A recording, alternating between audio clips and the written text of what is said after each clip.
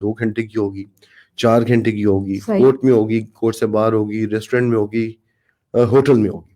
हमें उसका जिक्र नहीं मिलता कोई इसमें? जी बिल्कुल जिक्र नहीं है, ये सिर्फ डिस्क्रिप्शन ऑफ द जज है। सही। देखिए, जो मैं बार बार इर्तिकाज मेरा 2 घंटे की मुलाकात से निकल के घर की मुलाकात पर, उसका बेसिक वजह ही है। अगर जैसे आप बता रही हैं कि वो बच्चे को इतना भड़काया जा चुका होता है, इतना जहन आलूद कर दिया जाता है उसका जहन, और उसे पेरेंटल एलियनेशन सिंड्रोम कहा जाता है साइकेट्री की जुबान में, या ब्रेन वॉशिंग कहा जाता है।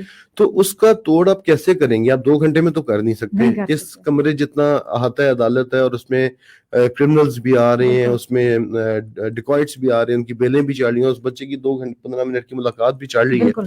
तो आपको लगता है कि इस 15-20 मिनट, 2 घंटे 4 घंटे की अदालत की मुलाकात कंपनसेट कर सकेगी उस माँ या उस बाप के अपने बच्चे से टूटे हुए ताल्लुक को? बिल्कुल, बल्कि मेरा ख्याल है कि वो उस नफरत को बढ़ाएगी। बल्कि उस बच्चे के साथ जो वो सिर्फ देखें, 2 घंटे में जो भी बच्चा इस तरह का ब्रेन वॉश आएगा, वो अपने बाप को पूरा 15 दिन, उसकी जो कस्टोडियल पेरेंट है, उससे सिर्फ ये समझा के लाएगी कि तूने बदला लेना है। बिल्कुल सही। और तूने गालियां देनी है। और मैं, मेरी बहन माफी चाहूंगा, मुझे ये कहना पड़ा है कि मैंने कितनी केसेस में जवान होती बच्चियां देखी हैं जो अपने बापों को नंगी गालियां देती हैं, बिल्कुल, सिर्फ इस वजह से कि वो पेरेंटल एलियनेशन का शिकार है। बाप, आपको याद होगा केस हुआ था कुछ अर्सा पहले, सुप्रीम कोर्ट ऑफ पाकिस्तान में एक बच्ची ने दरखास्त दायर की थी, जिसका आई थिंक नाम था तहरीम फातिमा जी। उसने कहा था कि जी मेरे वल्दियत के खाने में से मेरे बाप का नाम निकाल दिया जाए। तो ये वो उस स्टेज तक कैसे पहुंची? ये उस स्टेज तक ऐसे पहुंची कि आपकी अदालतों ने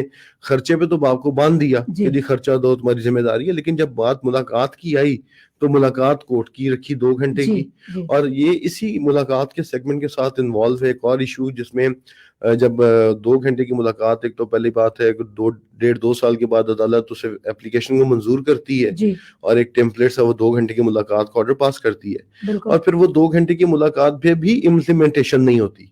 साल लग जाते हैं, 2 साल लग जाते हैं नॉन कस्टोडियल फादर्स को कि वो 2 घंटे की मुलाकात पे इम्प्लीमेंट तो कर दें। बिल्कुल।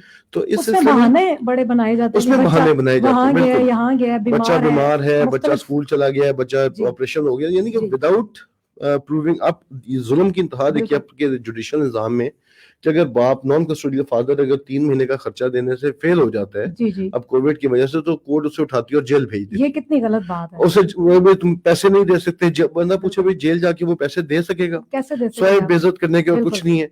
और दूसरी बात, इन हालात में जबकि कोविड की वजह से तबाही फिरी हुई पूरे पाकिस्तान में, बल्कि पूरी दुनिया में। और यहीं पे और हर जगह पे लोगों को कंपनसेट किया जा रहा है। हुकूमत पैकेजेस इशू कर रही है, लेकिन हमारी कोर्ट्स कहती हैं जी नहीं, आप पैसे जमा कराएं, नहीं तो आप जेल जाएं। अब दूसरी तरफ यही बच्चा हो और वो बच्चे ने, माँ ने मुलाकात करानी हो और वो ना ला रही हो, तो हमारी अदालत का अमूमी रवैया होता है कोई बात नहीं, माँ है, कोई बात नहीं, अगली दफा ले आएगी और एक महीने की डेट डाल देंगे। देखिए बात ये है कि जब आप, मैंने सॉरी टू कट यू फाद भाई, मैंने तो एक ऐसा भी केस देखा कि जिसमें बच्चों को दूर दराज कहीं कैडेट कॉलेज में एडमिशन उनका करवा दिया गया जी। ऐसा है, आप हमारे पास एक बहाना हो कि वो नहीं आ सकते। बिल्कुल ऐसा है और ये होता है। और इसमें मैं समझता हूँ कि हमारी कोर्ट्स, जो जुडिशियल सिस्टम है, वो फैसिलिटेट करता है। जी जी।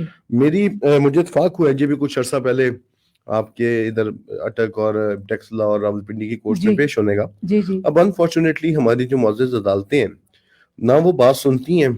बाप को तो उन्होंने बिल्कुल ऐसे एज ए क्रिमिनल डील करने का सोच रखा है, और वो ज्वाइन हैंड्स कर लेती हैं आपस में। कोर्ट्स चूंकि आउटसाइड द जुरिसडिक्शन उन्हें पसंद नहीं होता फॉर वन रीजन और दी अदर, और फिर वो ना पढ़ती हैं ना सुनती हैं ना। अनफॉर्चुनेटली बदकिस्मती का इंतहा देखिए कि ये वो सब्जेक्ट है जो वेलफेयर ऑफ माइनर के ऊपर डील करती है। सही।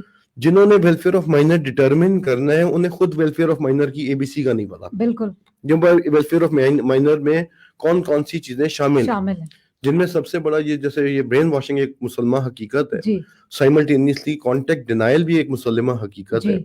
इन्हें किसने जस्टिफाई करना है, इन्हें किसने इंप्लीमेंट करना है? बिल्कुल। ये तो आपकी जुडिशरी कर सकती है। बल्कि इसमें तो खास तौर पे मैं समझती हूँ कि कोई एक्शन लेना चाहिए कि आप बच्चे को क्यों जहन खराब करके लाएं, क्यों जहन खराब करें, कुछ अर्से के लिए बाप के हवाले करें। लेकिन यहाँ पे अनफॉर्चुनेटली फॉर वन रीजन और दी अदर, मुझे उसका नहीं आइडिया कि वो क्या चीज है, लेकिन हमारी judiciary by default pro mother है। जी। बाय डिफॉल्ट, हालांकि इसे प्रो चिल्ड्रन होना चाहिए था, ये प्रो मदर बन चुकी है over the passage of time. सही, बिल्कुल सही कह रहे हैं, और ये एक बड़ी तल्ख हकीकत है और हमें इसे मानना चाहिए। जब तक हम इसे मानेंगे नहीं तब तक हम इस्लाह नहीं कर सकते। इस्लाह नहीं कर सकते। बिल्कुल। अब इसमें पंजाब जुडिशियल एकेडमी है, एक इदारा है जो जजेस की तरबियत करती है। जी वो तरबियत तो वो तब करेंगे जब उनके पास सिलेबस होगा, उनके पास सिलेबस ही नहीं है, बिल्कुल वो सही, तरबियत क्या करेंगे? बिल्कुल सही। तभी आपको नजर आता है कि जो पिंडी में एक जज बैठे हैं उनका मेंटल लेवल एक और है, जी अटक में जो जज बैठे हैं उनका लेवल और है, जी टेक्सला में जो खातून जज बैठी हैं उनका जहनी लेवल कुछ और है, बिल्कुल ही और है, जंड में कुछ जज बैठी हैं उनका जहनी लेवल कुछ और है। सही। अजीब एक चूं चूं का मुरब्बा वाली सिचुएशन है। बिल्कुल ठीक कह रहे हैं, बिल्कुल ठीक।